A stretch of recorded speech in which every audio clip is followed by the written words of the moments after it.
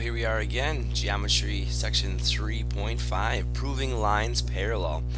The difference today's lecture as compared to Sections 3.1 and 3.2, seeing as how we skipped 3.3 and 3.4, is that we're going to prove that lines are parallel using converses, okay?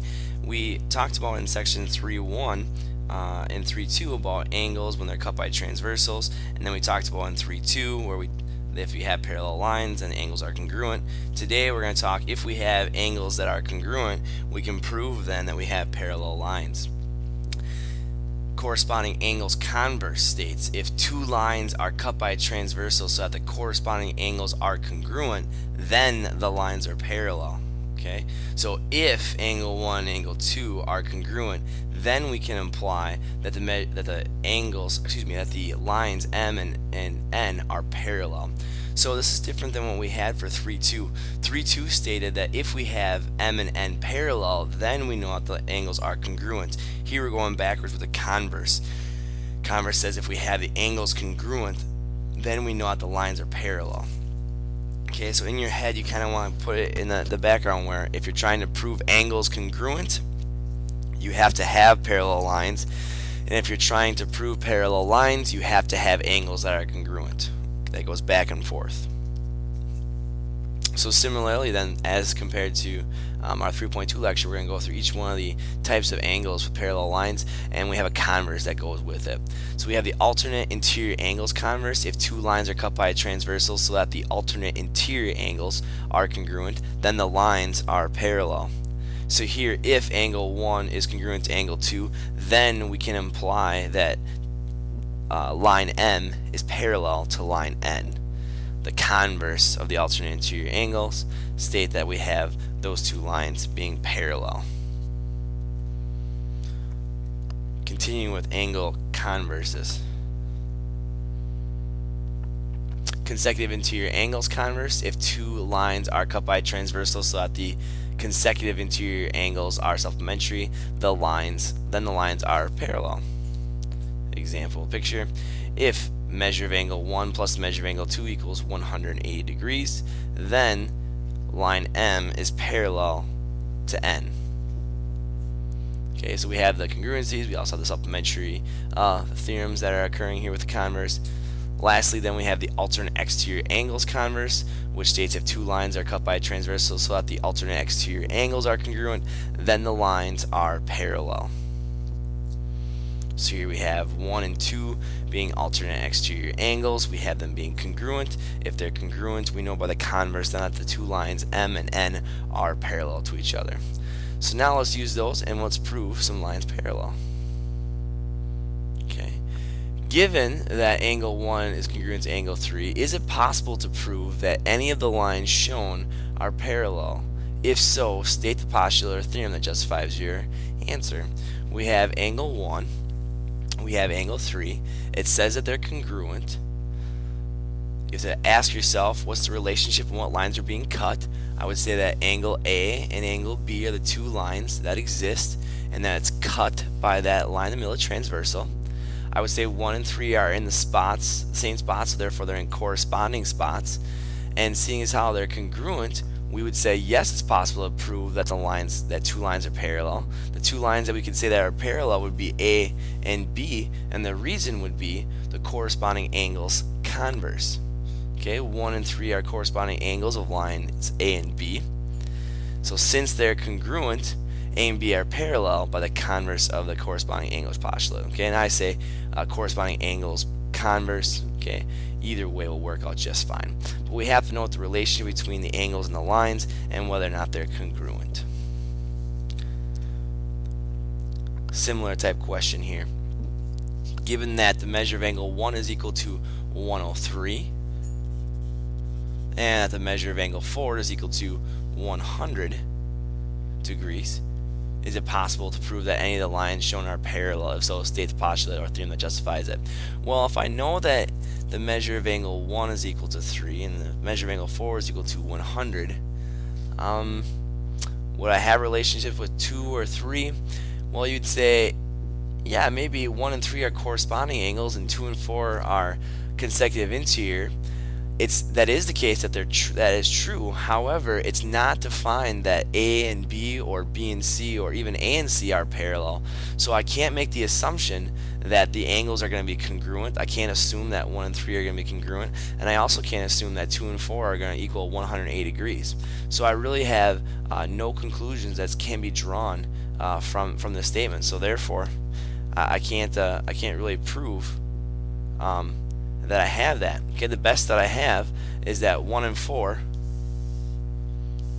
would be alternate interior angles, okay, from lines A and C.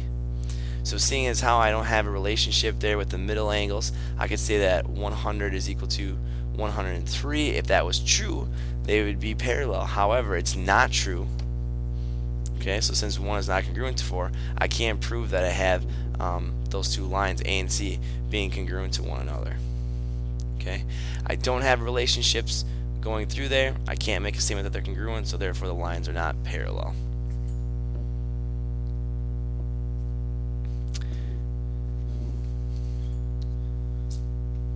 Next one here. Given angle 1 is congruent to angle 5, is it possible to prove that any of the lines shown are parallel?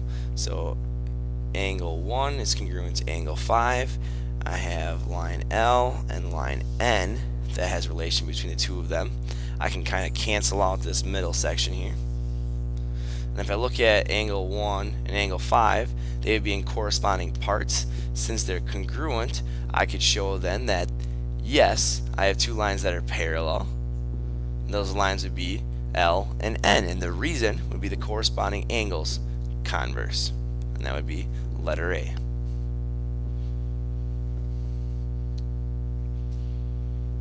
Same type of question.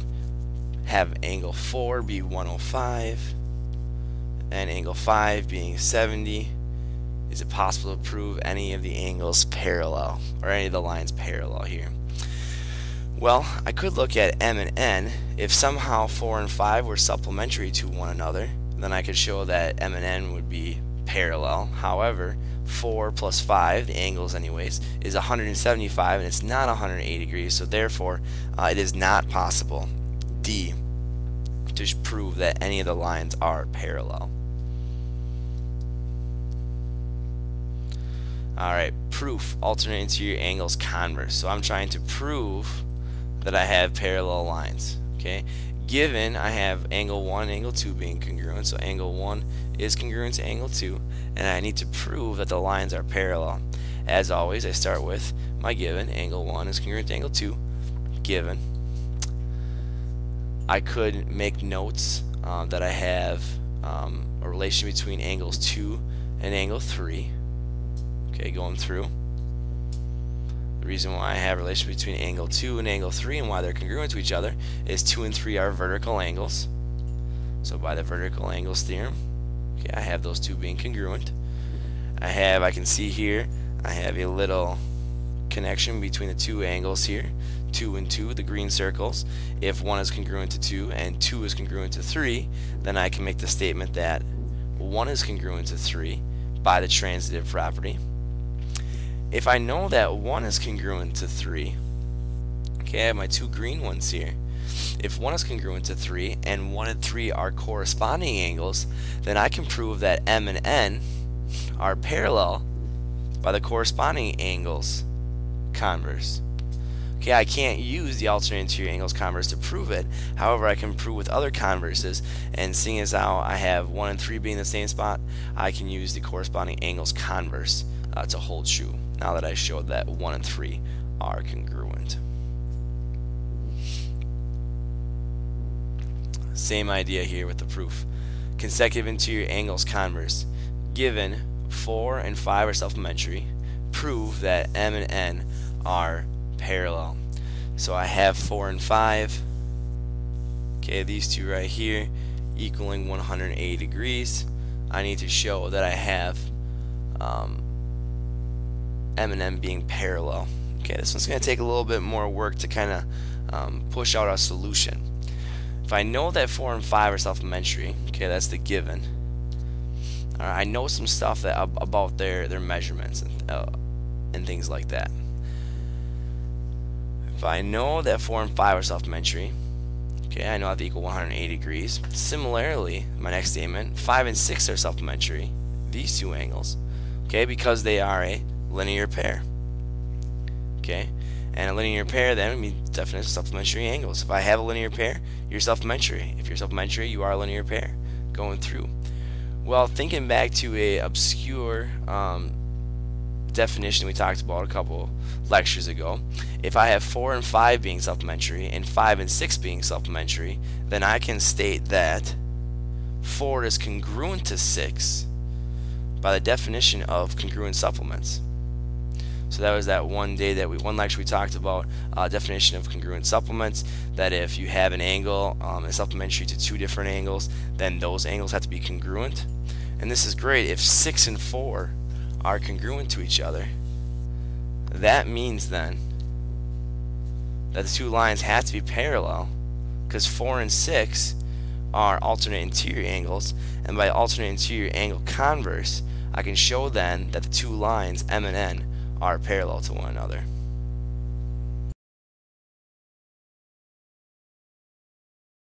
Alright, taking a look here at our next proof, we're trying to show that P is parallel to Q given that line M is perpendicular to P and line M is perpendicular to Q. Okay, we have angle 1 and we have angle 2. Okay, we don't necessarily know the relationship that exists between the two of them, but we're probably going to use them as reference angles in here. We do know that we have M and P being perpendicular, which will form right angles. Okay, and also M and Q being perpendicular, which forms right angles. Starting off with the given, M is perpendicular to P, M is perpendicular to Q. What statements do we know about the angles in question here? We do know that angle 1 and angle 2 are right angles by definition of perpendicular lines. When we have two lines that are perpendicular, they form right angles. We also know further that all of the angles that intersect here are also right angles. So we know that angle 1 and angle 2 are right angles. What's the nice thing about knowing that angle 1 and angle 2 are right angles? Well, we know if they're right angles, then they have to be congruent to one another, because definition of right angles states that any two right angles are congruent to one another. So if we have angle 1 and angle 2 being congruent, then we can go ahead and show that P is parallel to Q then, because 1 and 2 are alternate interior angles. So by the alternate interior angles converse, we can show that P is parallel to Q.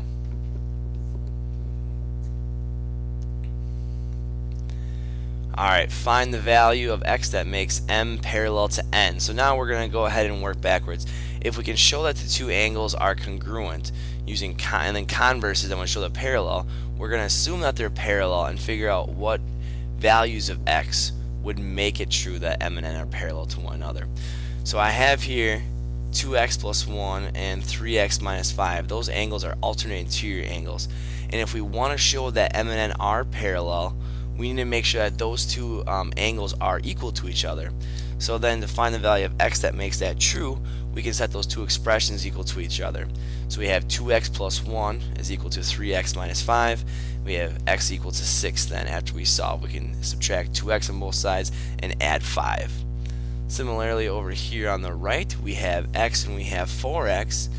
To make M and N parallel, these two must add together to equal 180 degrees. So by the consecutive interior angles converse, those two lines will be parallel.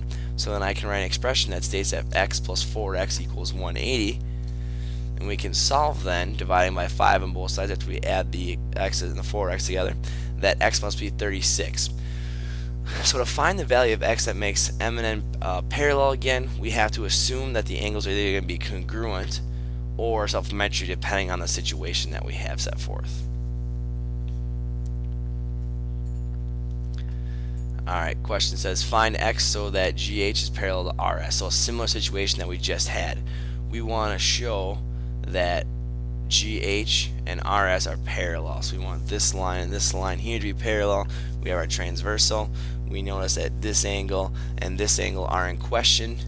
We want those two expressions to be equal to each other, because if they're equal to each other, we can find the x value that makes them parallel. So I have 7x minus 3 is equal to 9x minus 21. Subtract the 7x on both sides. I have 2x is equal to, add 21 to both sides, 18, and I have x is equal to 9 when I divide by 2, which will leave us with our value of B as our final answer. Alright, moving on, next question. Parallel and perpendicular lines theorem. Theorem states if two lines are parallel to the same line, then they are parallel to each other. Example, if P is parallel to Q and Q is parallel to R, then P is parallel to R. So it's kind of like a transitive property thing happening, right? We have P being parallel to Q and then Q being parallel to R, and if those two things are true, then P and R had to be parallel to one another. Okay, so that is a parallel line postulate that we have here, or a theorem. Also with that, in a plane, if two lines are perpendicular to the same line, then they are parallel to each other. So given the situation here, if M is perpendicular to P and N is perpendicular to P, then M and N are parallel. Okay, and we kind of just proved that theorem a proof and a half ago, or 2 proofs ago, that if we have perpendicular lines here, okay, meaning that they form right angles, we know that it's true because two right angles are congruent to each other, and if we gave these names like 1 and 2, 1 and 2 are corresponding angles, and by the corresponding angles converse, we know that those are true, that they're parallel, and that's true.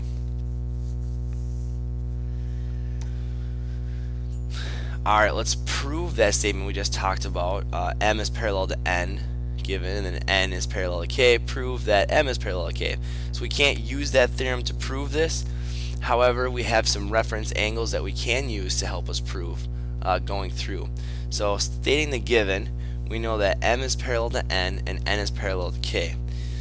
If we know that that's true, we can use the properties of congruency to follow suit. Let's take a look at M and N. So we have M and N here, the red lines, transverse here. We have angles 1 and angle 2 being referenced by the red lines. Angle 1 and angle 2 are in corresponding parts. Okay, so we could state that 1 and 2 are congruent then by the definition of corresponding angles. Okay, corresponding angles theorem. We're given that they're parallel lines, so therefore we can state that they're congruent. Similarly, we can take a look at the green lines. If N was green and now K is green, transversal cutting, and we have angles 2 and angle 3. Angle 2 and angle 3 are congruent to each other for the same reason, okay, by the corresponding angles postulate. Now, if angle 1 is congruent to angle 2 and angle 2 is congruent to angle 3, then we can go ahead and say that angle 1 is congruent to angle 3 by the transitive property. How does this help us out? Well, if we can go back to the diagram, if we can show that angle 1 and angle 3 are congruent to each other, and we take a look at the blue lines, M and K, and forget the middle section, we have our transversal cutting through, 1 and 3 are in corresponding spots, so therefore lines M and K are parallel to each other because of the corresponding angles converse. Okay, so we have like a whole bunch of corresponding angles things that are happening here. 1 and 2 are congruent, 2 and 3 are congruent by the corresponding angles postulate because we already were given that those two sets of lines, MN and NK, were parallel. We can show that M and K are parallel by the corresponding angles converse. Again, if we're proving parallel lines, we have to use a converse to get to that point. Since we showed that 1 and 3 were congruent to each other, 1 and 3 were corresponding angles in reference to line M and K, so therefore by the corresponding angle converse, we have those two being congruent to, or being parallel to one another. Alright, similarly put, a very similar proof. I just want to show a different way of solving it, because on your test you may have 2 different ways that you're asked to solve the same proof. So we have R and S being parallel and S and T being parallel. Prove that R and T are parallel. Okay, start with our given. And let's break things down then. We have R and S. They're parallel. That means that 1 and 4, or excuse me, 1 and 2 have to be congruent to each other by the alternating interior angles theorem. We know that 2 and 4 have to be congruent to each other because of vertical angles. That's just denoting facts. If we take a look at S and T, we also know that 2 and 3 are congruent to each other by alternate exterior angles. Okay, so we can use all of these little theorems here to help us solve our big problem, which is that R needs to be parallel to T. Seeing as we're solving for a parallel line set, we need to have a converse in there somewhere. Okay, stating what we know. We do know that 1 and 2 are congruent to each other by the alternate interior angles theorem. We also know that 2 and 3 are congruent to each other, as we stated, by the alternate exterior angles theorem. If 1 and 2 are congruent to each other, and 2 and 3 are congruent to each other, then we know that 1 and 3 are congruent to each other by the transitive property. If 1 and 3 are congruent to each other, and we're going to erase some stuff up here. If 1 and 3 are now congruent to each other, if I eliminate the middle and talk about just line R and line T and the transversal that cuts it, 1 and 3 now are in corresponding spots, and if they're in corresponding spots, then the two lines are parallel by the corresponding angles converse. So we had just a little different middle section there using alternate interior angles and alternate exterior angles to solve, but still ending up with that corresponding angles converse to solve for the parallel lines for the proof. Alright, given that we have the measure of angle 1 equals the measure of angle 2 and the measure of angle 3 equals the measure of angle 4, and they all equal 45 degrees, we want to prove that segment BA is parallel to segment CD. Okay, so we have all of the angles listed here as 45 degrees, and if we start doing some solving or looking at our picture, we will determine that we have a right angle at point C and a right angle at B. And if we can show then that BC is a transversal of CD and BA, then we know that those angles ABC and BCD, those two angles are supplementary, and by supplementary,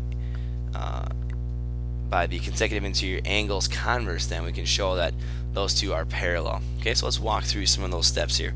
Again, given's always first. What do we know from the given? We can work through and state that the measure of angle ABC, so I'm going to take down the red here.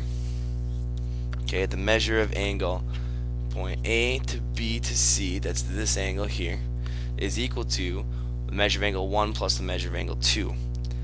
Okay, and that's the angle addition postulate. Okay, we have two small angles, angle 1 here and angle 2, add them together, that's the whole angle.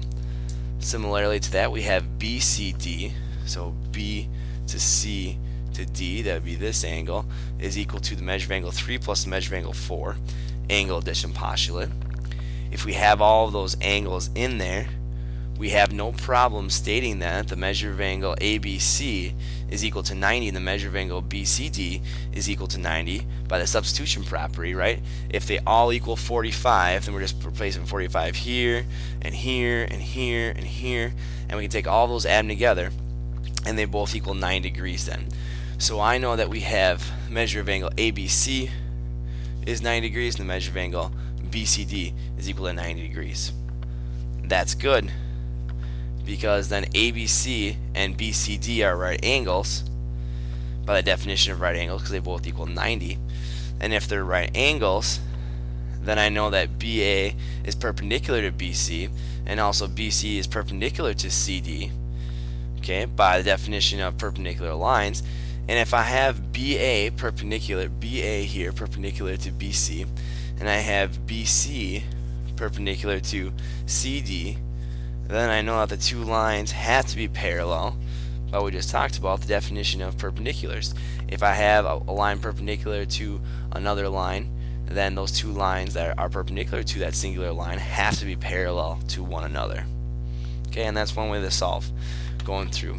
We also talked about a little earlier about the converse, and you can solve that way as well. Okay, all going with the idea that as long as you have deductive reasons that go along and follow one another, you can solve it in several different ways. Alright, that ends today's lecture going through. Our practice problems that we're going to take a look at are on page 209, numbers 1 through 23 odds, 25 to 28, 30 to 31, and 33 to 35. Thanks for watching.